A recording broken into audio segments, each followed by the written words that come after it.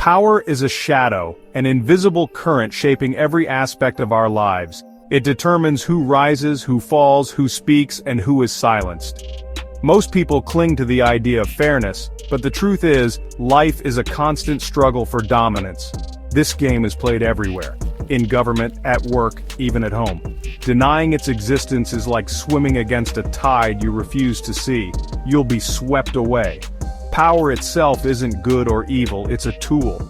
In skilled hands it builds empires, in naive hands it destroys. The world is a battlefield of interests and desires.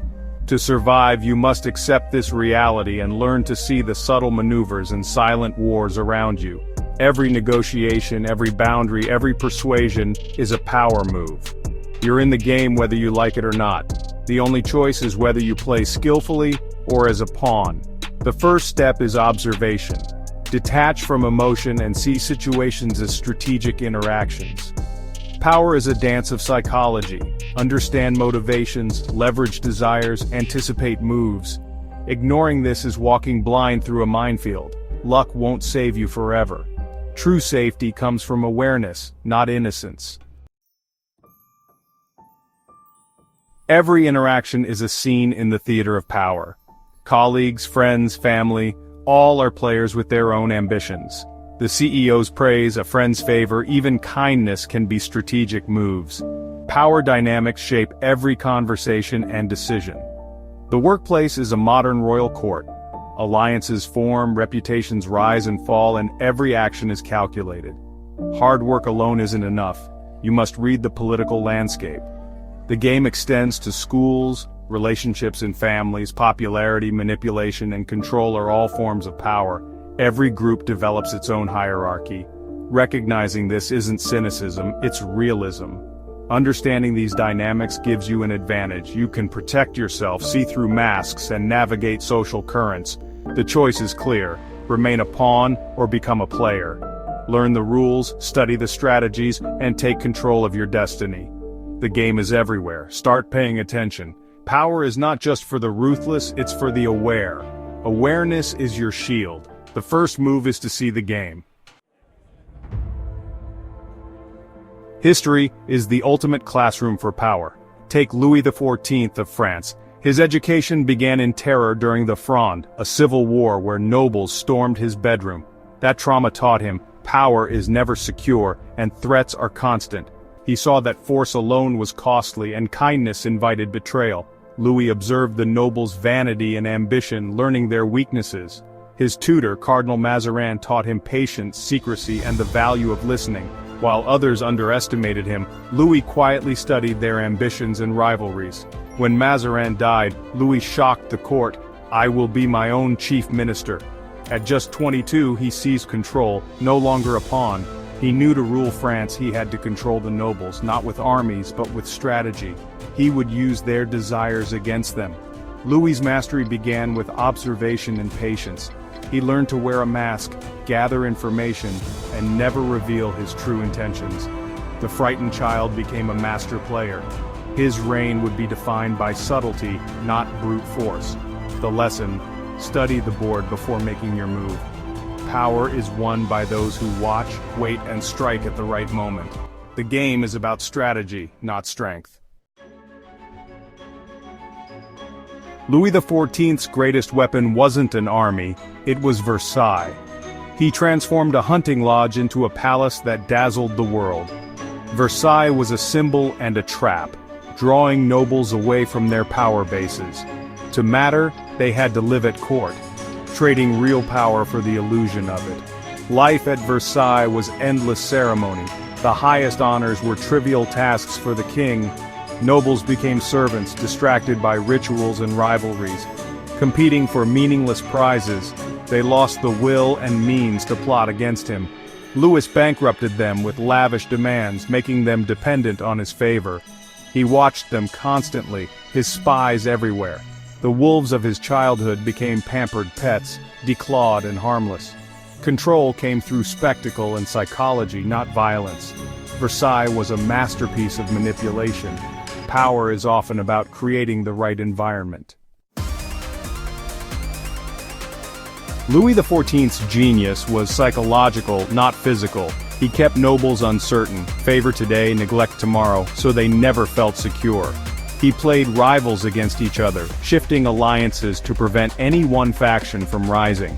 His presence was everything. A glance from the king was the day's prize. Sometimes he withdrew, creating anxiety and desperation for his attention. He made himself the sole source of status and honor.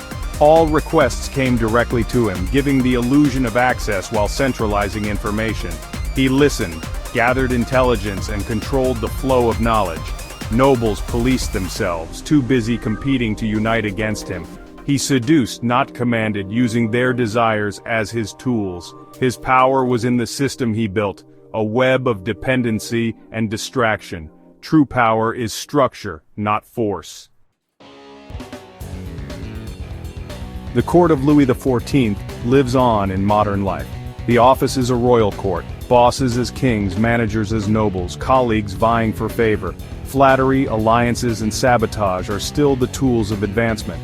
Social circles and schools have their own courts, with leaders who include or exile at will. Even friendships and relationships become power struggles. One person sets the terms, the other adapts. Dependency and subtle manipulation are everywhere. The lesson power is about controlling the environment and understanding psychology. The game is universal and timeless. Recognize the patterns or risk being played. If life is a game, how do you learn the rules? For centuries, these rules were secret. Now they're codified in the 48 Laws of Power. This book isn't about morality, it's about awareness. It reveals how power is gained, used, and defended. The laws are concise, often counterintuitive. Law 1, never outshine the master. Make your superiors look good or risk their wrath.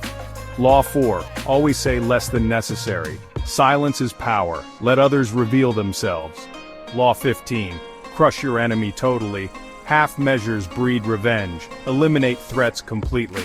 These laws are drawn from history's most successful players. They expose the psychology behind every move. Power is about restraint, timing, and understanding insecurity. Mercy to a determined enemy is often fatal. The laws are tools, not commandments. Use them to protect yourself and understand others. The game is harsh, but knowledge is your best defense.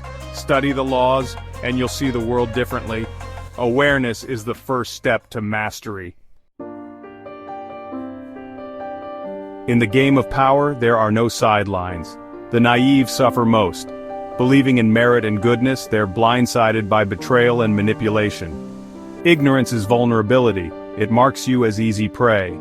Ideas are stolen, trust is broken, and hard work goes unrewarded, not by accident but by design. Power requires discipline and emotional control. The naive react emotionally, making them easy to manipulate. Masters detach, observe, and act strategically. Learning about power isn't corruption, it's self-preservation. You don't have to be ruthless, but you must be aware. Recognize power plays and you can defend yourself. Knowledge gives you options. Ignorance leaves you exposed. In a ruthless world, naivete is a luxury few can afford. Awareness is your armor. You stand at a crossroads. Cling to idealism or see the world as it is. Power is the currency of human affairs.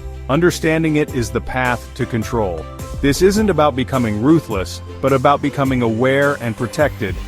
History's lessons are blueprints. Study them to anticipate and defend. Knowledge is your armor in a world of hidden agendas.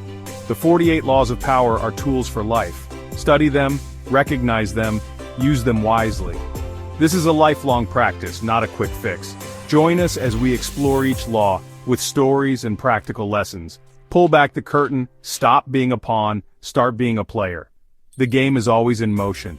It's time to learn the rules.